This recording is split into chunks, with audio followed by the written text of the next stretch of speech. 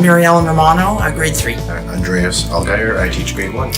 I knew it was important because it's a big part of the early learning program, and making sure that children are comfortable and safe in environments, and then they tend to thrive. I looked at it as what they're coming with, so what they're dealing with at home or with their own mental health, and those experiences either make them more open or make learning more difficult. Probably the big aha moment was the reflective listening, which is something that I recognized that we did the exercise with the glasses, and so we bring our own baggage into listening to our peers and listening to our administrators and listening to our students, and how sometimes I come in already with my back up with those glasses on, shut down and not ready to listen, and so I react out of frustration.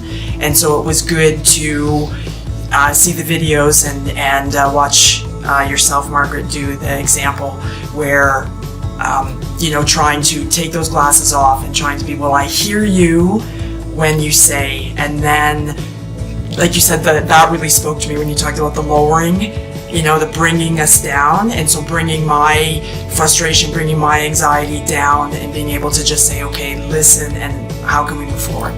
That it was explicit and simple, and we teach literacy and numeracy that way, and we break things down and deconstruct it, and this way we can do it with the students and say, try this, then that, and then this. So everything's sequential, and it makes it far more likely that they're willing to use it in outside settings, in the classroom, at home.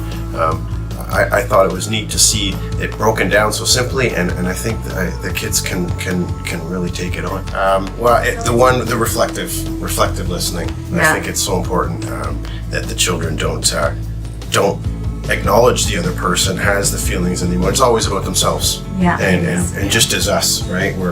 We always look at it through our perspective, and I think kids are capable of doing it, and I think they'll be successful at it. Yeah.